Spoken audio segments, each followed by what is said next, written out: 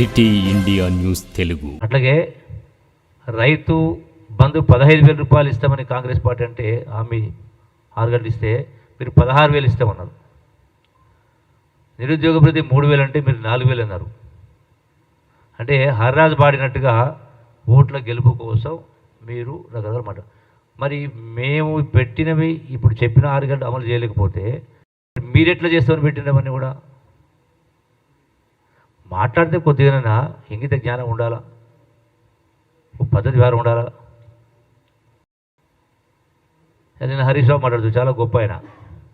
ఏమని కేసీఆర్ బంగారు పల్లెంలో పెట్టించినట కాంగ్రెస్ పార్టీకి అధికారం, అంటే రాష్ట్ర ఖజానా. అంటే ఇంతకంటే జూటా మాటలు ఉన్నాయా? ఎంతసేపు అన్ని కుట్రలు కుతంత్రాలు ఎత్తుల్లో వినతో పెట్టిన విద్య వీళ్లకు.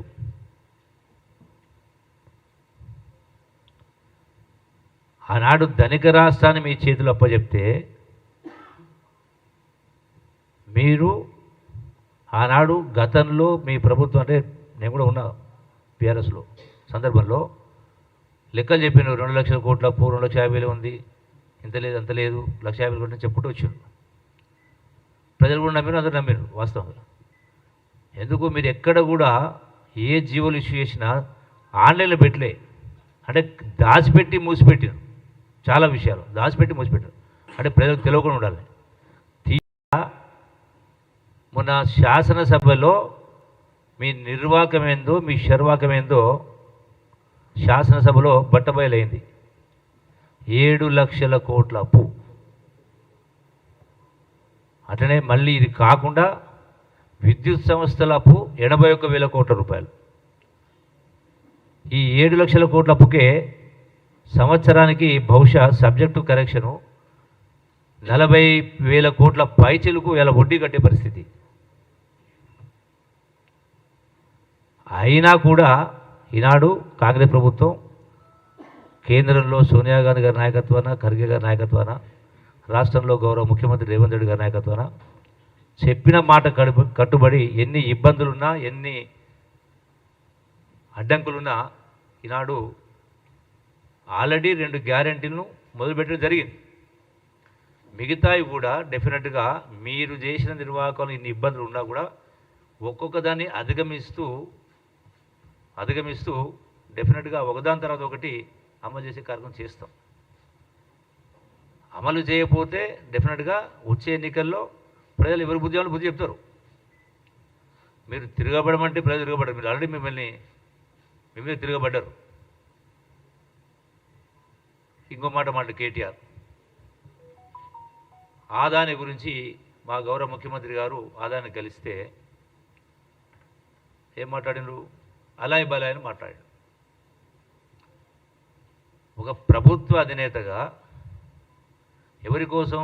ప్రజల కోసం, నిరుద్యోగ యువత కోసం, పారిశ్రామిక అభివృద్ధి కోసం. పారిశ్రామికలు కలుస్తారు, మీరు కలిసిలేరా? మీరు అలా బలాయ్ అంటగాగలేరా? బీజేపీ అంటగాగలేరా? ఎన్ని సందర్భాల్లో ఆనాటి కేంద్ర ప్రభుత్వం ప్రవేశపెట్టిన, పార్లమెంటుని ప్రవేశపెట్టిన ప్రతి బిల్లుకు మీరు సమర్థించారు. అది రైతు చట్టాలైనా, జిఎస్టీ అయినా, ఇంకోటైనా. ఇది నిరుద్యోగ యువత కోసం పెట్టుబడులు తీసుకొచ్చి ఉపాధి అవకాశాల కోసం, వ్యక్తిగతం కాదు కదా. అంటే ఆ మాత్రం కామన్ సెన్స్ లేదా? అంటే రాజకీయం కోసం ఏది పడితే అది మాట్లాడతారా? కొద్దిగానన్నా మీనింగ్ ఉండాలి కదా మాట్లాడితే. అట్లాగే ఈనాడు ఒకటి కాదు, మన హరీష్ రావు మాట్లాడతాడు.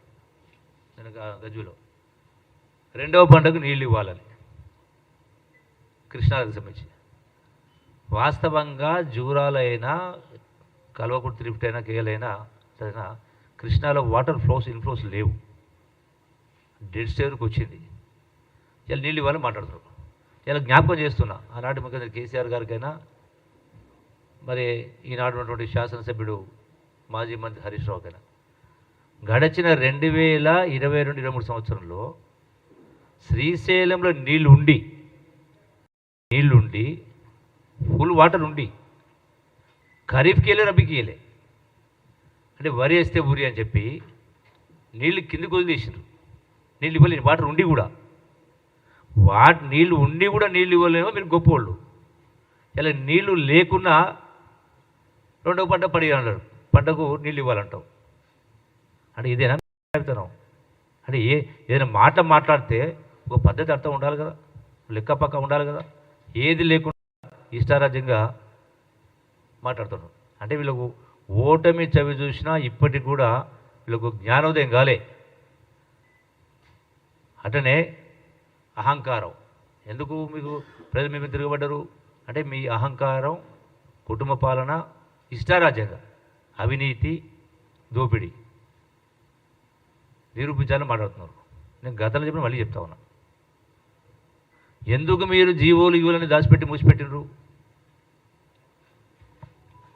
ఎందుకు ఓపెన్ టెండర్ సిస్టమ్ కాలేదు? ఫస్ట్ ఆల్రెడీ కోర్టులో కేసు నడుస్తా ఉన్నాయి. కేసులు వేసిండ్రు, వేసేవాడు కోర్టుకు మీకు అవినీతి పైన కోర్టులో కేసు వేసిండ్రు. ఏదో రకంగా ఇష్టారాజ్యంగా అంటే 10 సంవత్సరాల అధికారులు ఉండి కూడా ఏ ఒక్కటి కూడా అమలు చేయలే. ముస్లింలకు 12% ఉన్నారు, అది కూడా అమలు చేసే కార్యక్రమం చేయలే. మీరు చేసినా చేయకపోయినా కాంగ్రెస్ పార్టీ ట్రాక్ రికార్డ్ ఏందో ప్రజలకు తెలుసు. మాట చెప్పిన మాట కట్టుబడ్డది కాబట్టి ఆనాడు వందలాది మంది బిడ్డల ప్రాణత్యాగం చూసి సోనియా గాంధీ గారు తెలంగాణ ఇస్తామని చెప్పి ఇవ్వడం జరిగింది. అది కూడా తెలంగాణ ఇస్తే ఆంధ్ర ప్రాంతంలో కాంగ్రెస్ పరిస్థితి రాజకీయంగా నష్టం జరుగుతుందని తెలిసి కూడా ఇవ్వడం జరిగింది. ఈ రోజున కాంగ్రెస్ పార్టీ చెప్పినటువంటి ఇలా 6 గ్యారెంటీ ఉందో ఆల్రెడీ ప్రజల నుంచి ప్రజా సదస్సులు పెట్టి దరఖాస్తులు తీసుకోవడం జరిగింది, అప్లికేషన్ తీసుకోవాల్సింది. ఒక్కొక్క కేటగిరీ గురించి ప్రతి దాని గురించి కూడా తీసుకోవడం జరిగింది. ఆల్రెడీ డిజిటలైజేషన్ కార్యక్రమం మొదలైంది, నడుస్తూ ఉంది. సో అది పూర్తిగా అయిన తర్వాత డెఫినెట్గా ఒకదాని తర్వాత ఒకటి నెరవేర్చేటువంటి కార్యక్రమాలకు చేసే జరుగుతూ ఉంది. అట్లానే మరి 1-2 కార్యక్రమాలు అమలు చేస్తేనే మీరు ఇంత హైరాణ పడుతున్నారు. ఇప్పుడు కాదు అప్పుడు అనగా ఏదో కొంగజపం చేస్తూ ఉన్నారు. కొంగజపం చేప ఎప్పుడు పెట్టుకొస్తా అడుగుల మింగడం కోసం. అట్లా మళ్ళీ ఎప్పుడు అధికారం వస్తుంది అంటే ఈ పార్లమెంట్లో మీకు సీట్లు వస్తాయి. కింద ఓట్లు వస్తే కదా సీట్లు వచ్చేది. మీరు ఎన్ని కుప్పిగంతులు వేసినా, ఎన్ని కాంగ్రెస్ పార్టీని తిట్టి కార్యక్రమం చేసినా ప్రజల అమాయకులు కాదు. డెఫినెట్గా ప్రతిదీ అర్థం చేసుకుంటారు. మీరు ఇంత గొప్ప రాష్ట్రాన్ని, మంచి రాష్ట్రాన్ని అప్పుల కుప్పగా చేసి ఇలా పరిపాలన వ్యవస్థ పూర్తిగా దుర్మార్గం జరిపోయింది. ఎక్కడ చూసినా కూడా ఏ ఒక్కటి కూడా సరైన పద్ధతిలో జరుగుతలేదు. ఇంకో 3 నెలలే కదా, 3 నెలల తర్వాత రేపు పార్లమెంట్ ఎన్నికల్లో డెఫినెట్గా మహా వస్తే మీకు పూర్తిగా పక్క పెట్టకుండా 2-3 ఇస్తే ఇవ్వచ్చు ప్రజలు. డెఫినెట్గా మీరు జరిగిపోయేది అదే. మీరు మనం చూడలేదా 100 కోట్లు గుమ్మరిచ్చిండ్రు, 100 కోట్లు కాదు 1000 కోట్లు. అయినా కూడా ప్రజలు వాస్తవం ఏందో గమనించింది కాబట్టి బుద్ధి ఉంటే ఇంకొకసారి బీఆర్ఎస్కు ఓటు వేయదని ప్రజలు నిర్ణయించుకున్నారు. కాబట్టి ఆల్రెడీ ఇప్పటికి కూడా మీకు ఇంకా ఉంటుంది. ఈ మిగతా హామీలు కనుక పూర్తయితే బీఆర్ఎస్ పార్టీ పరిస్థితి ఉంటుందో అర్థం చేసుకోవచ్చు. అందుకే ఈ రోజున బీఆర్ఎస్ పార్టీని బతికించుకోవడం కోసం అంటే అంటగా అవుతూ ఉన్నారు బీజేపీ. అయినా ఏమంటున్నారు, కాంగ్రెస్ బీజేపీ కలిసి ఉన్నారు మాట్లాడుతున్నారు. అంటే ఉల్టా చోర్ కోత్వాల్కి అంటున్నట్టుగా మీరు గడచిన మీరు పార్లమెంట్లో బిల్లులు చూసినా, కవిత కేసు చూసినా, ఇంకోటి చూసినా టోటల్గా కలిసి ఉందని ప్రజలు మొత్తం అర్థమైంది. కాబట్టి బొందు పెట్టే కార్యక్రమం చేసినారు. అయినా కూడా మీకు బుద్ధి రాకపోతే దానికి మరి ప్రజలు అనేది కేవలం సమావేశాలు బట్టి రాజకీయ విమర్శ చేసే కార్యక్రమం చేస్తూ ఉన్నారు. ఈ రోజున ఇలా బీఆర్ఎస్ పార్టీ నుంచి పోటీ చేయడానికి అభ్యర్థులు భయపడతా ఉన్నారు, వెనక ముందు అవుతూ ఉన్నారు. మాకు దెబ్బ అంటే మాకు అంటుంటే దేవులాడుతూ ఉన్నారు. నాకు తెలుసు కొన్ని నియోజకవర్గాల్లో ఏం జరుగుతూ ఉందో తెలుసు నాకు. సో డెఫినెట్గా వెనక ముందు అవుతూ ఉన్నారు. ఇంకో వైపున మీరు చూస్తారు కొద్ది రోజులనే ఆల్రెడీ బీఆర్ఎస్ పార్టీ నుంచి పార్టీని వీడడానికి ముందుకు వస్తూ ఉన్నారు. అయినా కూడా మేము ఎవరిని పిలుస్తలేము, మేము ఎవరిని అడుగుంటలేము, అవసరం లేదు మాకు. ఈ పార్లమెంట్ ఎలక్షన్ తర్వాత ఇప్పటికే స్థానిక సంస్థ ఎన్నికల్లో బీఆర్ఎస్ పార్టీ వాళ్ళే వాళ్ళ నాయకత్వాలపైన అవిశ్వాస తీర్మానం పెడతా ఉన్నారు. అది మున్సిపాలిటీస్ కావచ్చు, జిల్లా పరిషత్ కావచ్చు, రకరకాల అవి కంటిన్యూ అయితేనే ఉండేటువంటి జరుగుతూ ఉంది. అంటే వాళ్ళ కార్యకర్తల్ని కాపాడుకోవడం కోసం ఒక గంభీరంగా మాట్లాడే ప్రయత్నం చేస్తూ ఉన్నారు. మమ్మల్ని మించిన వాళ్ళు లేరనే కింద ఏమంటారు ఇప్పుడు వీళ్ళు? ఎవరికి లేనంత సైన్యం మాకుంది, 60 లక్షల సభ్యత్వం ఉంది మాట్లాడుతున్నారు. మరి 60 లక్షల సభ్యత్వం ఉంటే ఎక్కడ పోయినా? మరి ఎవరికి లేని సైన్యం మీకుంటే అదే దోసుకున్నటువంటి కార్యకర్తలు కావచ్చు, నాయకులు కావచ్చు ఉండవచ్చు. కానీ ప్రజలు ఏం చేయాలనో ఇప్పటికీ అది చేయడం జరిగింది, చూపించడం జరిగింది. ఇలా వీళ్ళు ఏం మాట్లాడినా, కేటీఆర్ మాట్లాడినా, టీఆర్ఎస్లు హరీష్ రావు మాట్లాడినా, ఇంకోరు మాట్లాడినా అవుట్ ఆఫ్ ఫ్రస్ట్రేషన్ మాట్లాడుతూ ఉన్నారు. అవుట్ ఆఫ్ ఫ్రస్ట్రేషన్లో మాట్లాడే కార్యక్రమం చేస్తూ ఉన్నారు, అసత్య ప్రచారం చేస్తూ ఉన్నారు. ఇలా ఇప్పటికే మా గౌరవ ముఖ్యమంత్రి గారు ఈ యొక్క బీఆర్ఎస్ పార్టీ చేసిన అవినీతి పైన సందర్భించి ఇప్పటికే విజిలెన్స్ ఎంక్వైరీలు కావచ్చు, సుప్రీంకోర్టు అంటే హైకోర్టును ఆశ్రయించడం జరిగింది. సిట్టింగ్ జడ్జి తోటి ఎంక్వైరీ చేయమని చెప్పని ఇప్పటికే కూడా జరిగింది. ఇలా సాగునీటి ప్రాజెక్టులపైన ఇతరత్ర ఏ విధంగా అవినీతి జరిగింది అనేది ప్రజలకందరికీ తెలుసు. మీరు ఎన్ని మాట్లాడినా ఏం చేసినా రాబోయేటువంటి ఎన్నికల్లో, పార్లమెంట్ ఎన్నికల్లో డెఫినెట్గా కాంగ్రెస్ పార్టీ మొన్న శాసనసభలో జరిగినటువంటి వాటికంటే కూడా అదనంగా in terms of percentage of votes, so డెఫినెట్గా ఇంకా పెరగబోతూ ఉంది. దాని ద్వారా 13-14 సీట్లు మహా అంటే 1-2 వస్తే రావచ్చు కాంగ్రెస్ పార్టీకి. అది కూడా ఏంది అంటే వేరే వాళ్ళని పెడితే గెలవలేని మేమైతేనే గెలుస్తామని కుటుంబ సభ్యులు వెళ్తున్నారో ఆ కుటుంబ సభ్యులు 1-2 గెలిస్తే గెలవచ్చు. అంటే అడవులుగా దోపిడీ చేసి అడవులు ఖర్చు పెట్టి కార్యక్రమం చేసి ఉండొచ్చు. అంతే తప్ప ఎన్ని మాట ఇప్పటికైనా నేను ఏమంటానంటే సూచిస్తానా, ఈ తప్పుడు ప్రచారాలు అబద్ధాలు మానండి. ప్రజలకు విశ్వాసం ఎప్పుడు వస్తుందంటే నిజాయితీగా మాట్లాడితే, ఉన్నదిన్నట్టుగా మాట్లాడితే ప్రజలు విశ్వసిస్తారు. మీరు తిమ్మిని పంపించేసినట్టుగా పడితే మాట్లాడితే ఎవరు కూడా విశ్వసించరు, మీకు అవకాశం రాదు. వచ్చే భవిష్యత్తులో మీరు టీఆర్ఎస్ పోయి బీఆర్ఎస్ అయింది, బీఆర్ఎస్ పోయి మళ్ళీ టీఆర్ఎస్లో కాదు ఏది ఉండదు. ఇక వీళ్ళు ఎంత అరిసి గీ పెట్టినా, ఎన్ని కుట్రలు చేసినా పొద్దులేస్తే బట్టగాల్సి మీద కార్యక్రమం చేస్తూ ఉన్నారు. ఏ స్థాయి దిగజారిందో చూసిరు మీరు. కార్యకర్తలు అంటే వ్యక్తిగత తగాదాలు ఉండే సంఘటన జరిగితే వాటిని రాజకీయంగా రంగు పులిచే కార్యక్రమం చేస్తూ ఉన్నారు. అంటే వీళ్ళ స్థాయి ఇదేనా? ఏముంటుంది ఒకనాడు ఏముంటుంది? గడచిన మీ బీఆర్ఎస్ ఎమ్మెల్యే మాట్లాడింది కదా, హరీష్ రావు గురించి బీఆర్ఎస్ ఎమ్మెల్యే మాట్లాడింది కదా,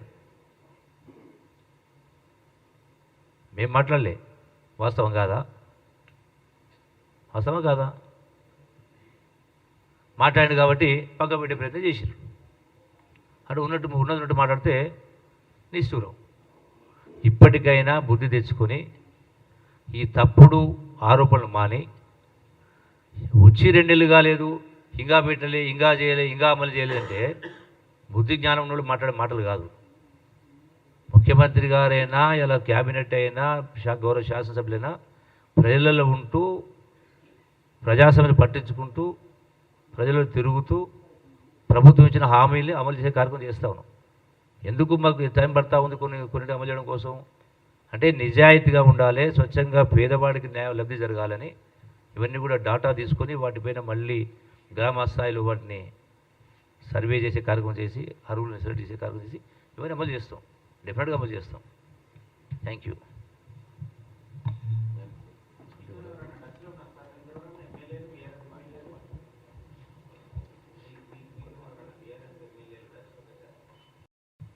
ఒకటైతే ఎవరితో టచ్లో ఉన్నా లేకపోయినా వాళ్ళ కోసం మేము ఎవరు లేము, ఎవరు రమ్మంటలేము, మాకు అవసరం కూడా లేదు.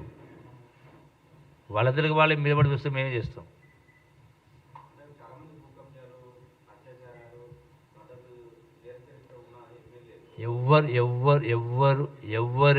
ఎవరిని మేము ఆడుకోవాల్సిన అవసరం లేదు, మేము అడగాల్సిన అవసరం లేదు. అటువంటి వాళ్ళే అందుకని కదా ప్రభుత్వం ప్రజలు ఓడగొట్టింది, మట్టి కనిపించింది కదా.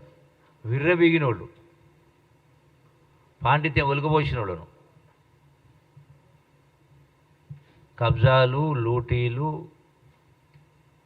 ఎండోమెంట్ ల్యాండ్స్, అంటే రకరకాల ప్రభుత్వ పట్టా భూములు, మన గవర్నమెంట్ ల్యాండ్స్, మన ఇనామ్ ల్యాండ్స్, అట్లాగే అసైడ్ ల్యాండ్స్ పేదోళ్ళై గుంజుకున్నారు. ఇప్పటికైనా బుద్ధి తెచ్చుకోమని ఈ తిక్కవాగుడు సొల్లువాగుడు కట్టి పెట్టుకోని చెప్పని ఇద్దరు బావమరుదులకు నేను విజ్ఞప్తి చేస్తా ఉన్నా. Thank you.